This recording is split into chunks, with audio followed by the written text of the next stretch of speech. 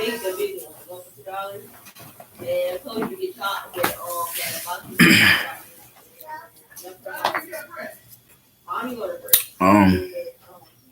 Welcome back to my YouTube channel. I am your humble host, Seba Children TV, and usually I do not film on this channel today, but I wanted to drop a part 2 to yesterday's video that I dropped. If you have not seen that video, it was about P&B Rap, who was shot in LA at a chicken and waffle spot. And this is part 2. Yesterday, I was sleepy. You could tell. Today I'm fresh, energized. I'm on Wikipedia. I'm gonna every read everything from top to bottom, and then bring my input on the story. And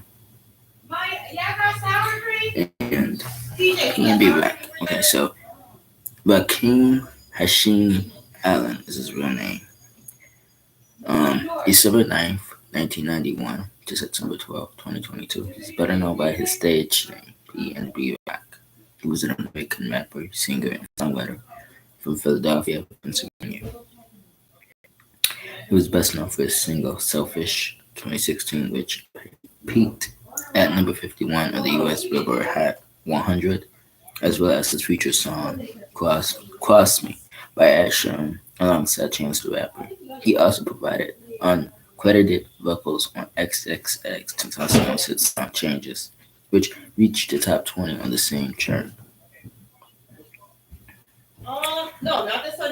He released 2 studio albums, Catch These Vibes in 2017 and Trap Stars Turned Pop Star in 2019, the latter of which peaked within the top 5 on the Billboard 200 chart. Allen was chosen as part of the 2017 XXL freshman class. Let's talk about his early life.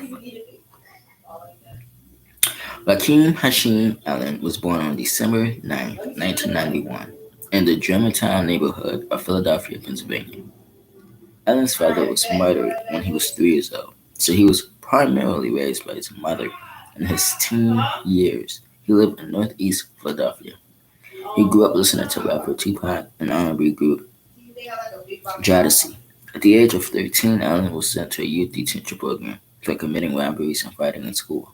When he turned 19, he was sentenced to 33 months in prison for drug possession and other crimes. Allen was homeless for a short period after being released. He never finished high school. Allen later adopted the stage name P&B Rap, which paid homage to his ambition. A street corner near grew up in Germantown. His career. June 24th, 2014, P&B Rap released his debut mixtape, Real N-Word Bang. He wrote the mixtape while he was incarcerated. In 2015, P&B Rap signed a record deal with Atlantic Records and under the label Project with Atlantic titled R&B 3, which is his third mixtape. In June of 2016, he released the hit song Selfish. The song peaked at number 51 on the US charts. In October 2016, Rolling Stone included him in the first of 10 artists you need to know. On January 10, 2017, he released his second retail mixtape through the Atlantic Records and the Empire Distribution. The album debuted at number 28 on the US Billboard 200. Subsequently, in April of 2017, he participated in the soundtrack of The Fate of the Furious with 2 singles, Getting Up with Young Thug, 2 Chainz, and Wiz Khalifa, and Hills with Kodak Black and Boogie with a Hoodie in June of 2017. P&B Rap was named as one of the 10 of XX It was 2017 freshman class. Let's see, in 2017, in 2020, in January, P&B Rock released a track titled "Ordinary" featuring late rapper Pop Smoke. Also went on to feature another late rapper in January of 2021, King Von, as song title "Rose Gold."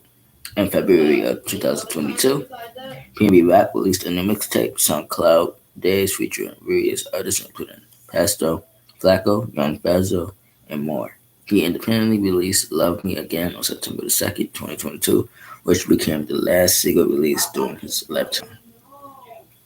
Personal life and death. P&B Rock had two daughters, born in 2013 and in 2020. The latter born to Stephanie Sibanahan. On September 12, 2022, P&B Rock was robbed and fatally shot at Rascal's House of Chicken in Raffles, near Main Street and Manchester Avenue, in Los Angeles, California. His, let's see.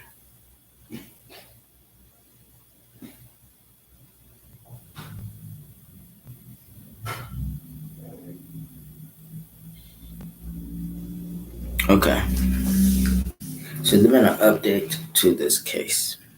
And the update is that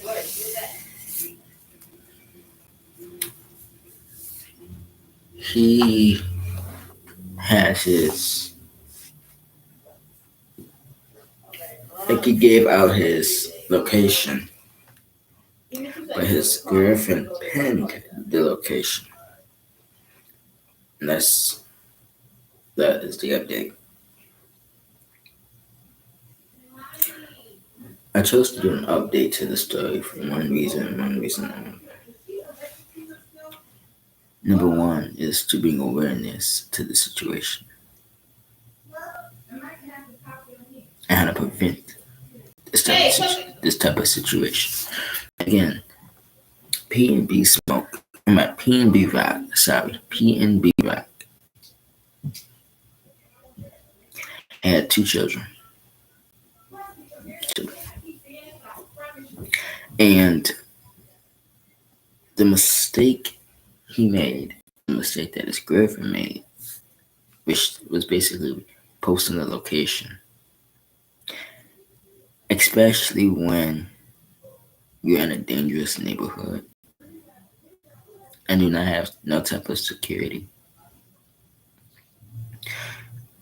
Anything can happen without security. So I think that if P&B Rock could take this all back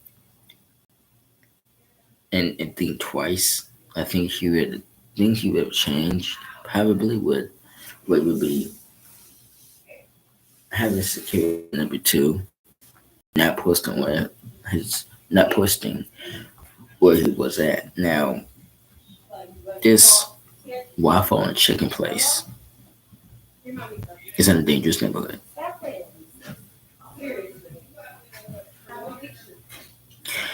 Now, because this place is in a dangerous neighborhood,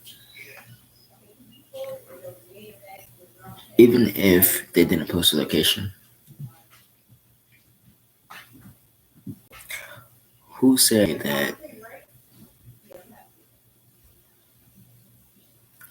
anybody could just walk up in there and just rob them, even if his location was turned off? Because that's a bad neighborhood. It takes one time for somebody to walk up in a restaurant and see somebody and then take a hit out on that person. The shooter, after the shooting and the battery, got into a vehicle, and sped off. So now you got multiple suspects out there. And 9 out of 10, the gang members. You know, to rob somebody because You wanted jewelry. So the thing is this: you basically killed him over a jewelry necklace. Now, this is the thing: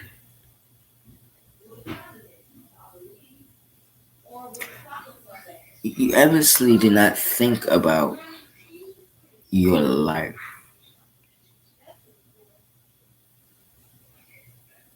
You didn't think about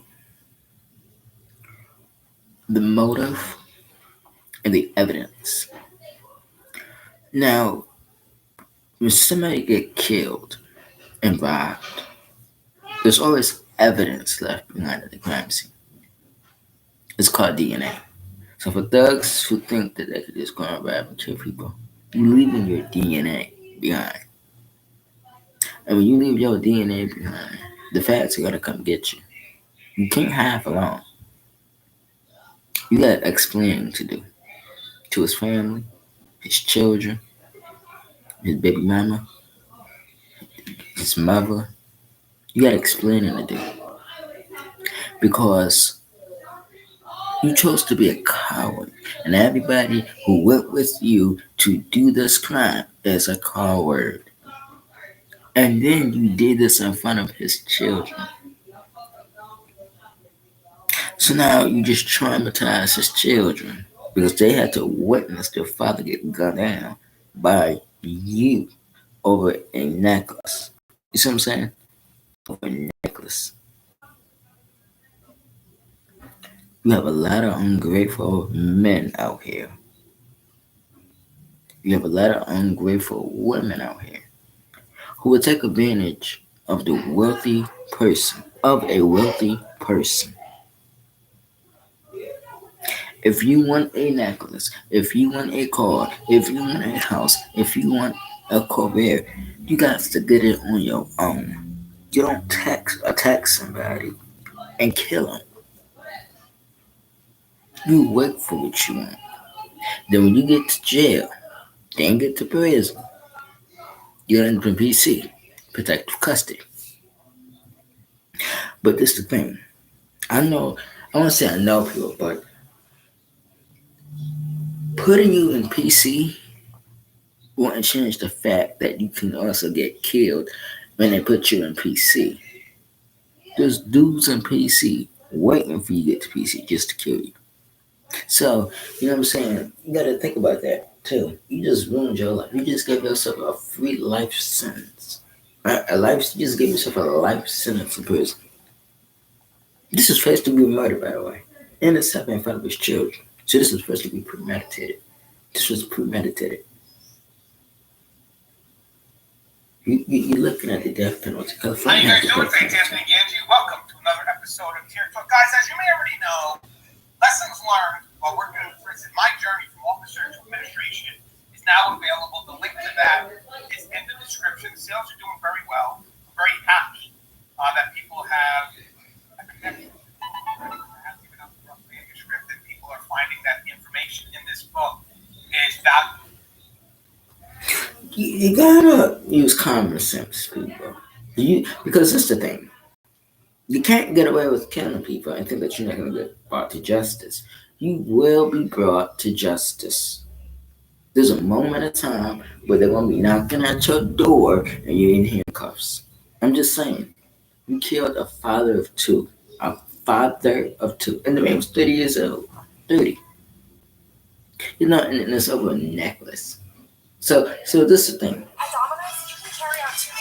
You ruined your life over what? A necklace? And you got some people right here saying maybe you shouldn't wear the necklace or wear this, wear that, know that he's going to this dangerous area, to this restaurant. Yeah, but let's do this. For example, you have billionaires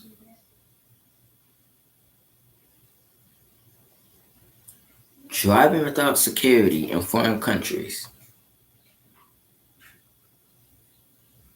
Wearing number bling bling, the necklace, and all that. The thing is that you don't know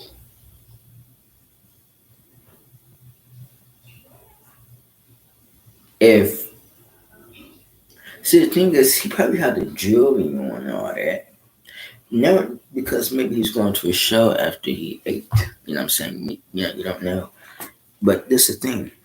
We should be able to wear what we want to wear if we work hard for it. He worked hard for it and lost it all over people who cared less about him and cared less about his family. They didn't care about the children sitting at the table with the father eating. Came up in it, took the necklace, shot him, and left. No, it was the same. God might ugly. You reap what you sow. You're gonna have to face that family that you turned into in court one day and tell them why you did what you did. And let me show you something. Took a picture of these and I wanted to show you in this video.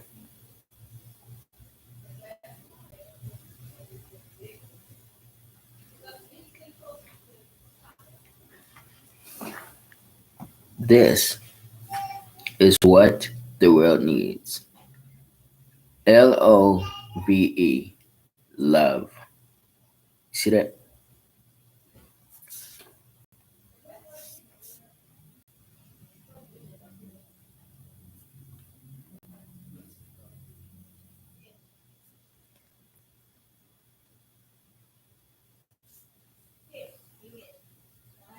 See the necklace? That's my necklace right there. It's a cross. We should all have faith and humanity. We should all have this. Faith, spirit, and love. Because this is the thing.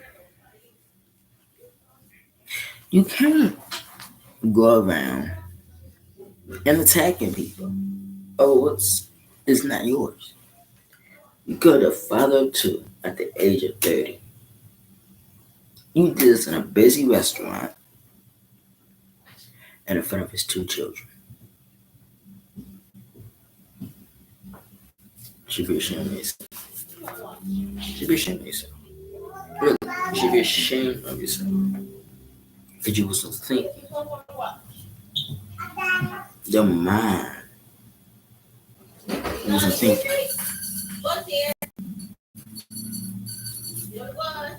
We need to start thinking about our actions. Because our actions have consequences. And your consequences can be prison. When you get to prison, you're gonna have to face reality that you doing life. You could have father too at the age of 30. You doing life for that. And you could in front of his children. So you definitely getting a life sentence for that. Automatically. You're getting life. And everybody else involved who was in that vehicle, that getaway vehicle, kiss your life back to. But you're getting life too. You're an accessory to murder.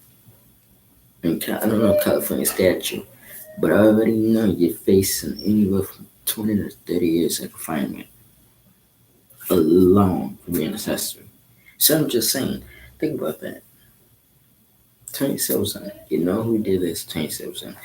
And what I don't understand is we shouldn't have to. I shouldn't say we should, but there's no way that people should have to throw money out there for people to start talking forward. You see what I'm saying? Because you know what? They're not gonna come forward. They're gonna be anonymously throwing money out there, reward money out there. Do you really think people gonna speak? Mm-mm. because you can't stuff like this. You can't give it from solid. You know what happened. It's like people, a lot of people are scared because of retaliation. So they're not going to speak. Now, what the money should go to, honestly, is to those children and the family who's going through so much hard, heartache and pain about this agony. Because they're going through pain and agony because of this. So I think there should be some type of cash funding to them. And so they can start the grieving process. And they can start the healing process. And they can, you know, moving on through life. This is a tragedy that it's hard. It's a hard thing. It's hard to see your father get goddamn in front of a lot of people. You know what I'm saying? In front of got goddamn his children. Trying to revive in front of his children. That should tell you something. That should tell us it's time to wake up. It's time to put the guns down. Put the guns down. They're killing us and they're killing innocent people. Put the guns down.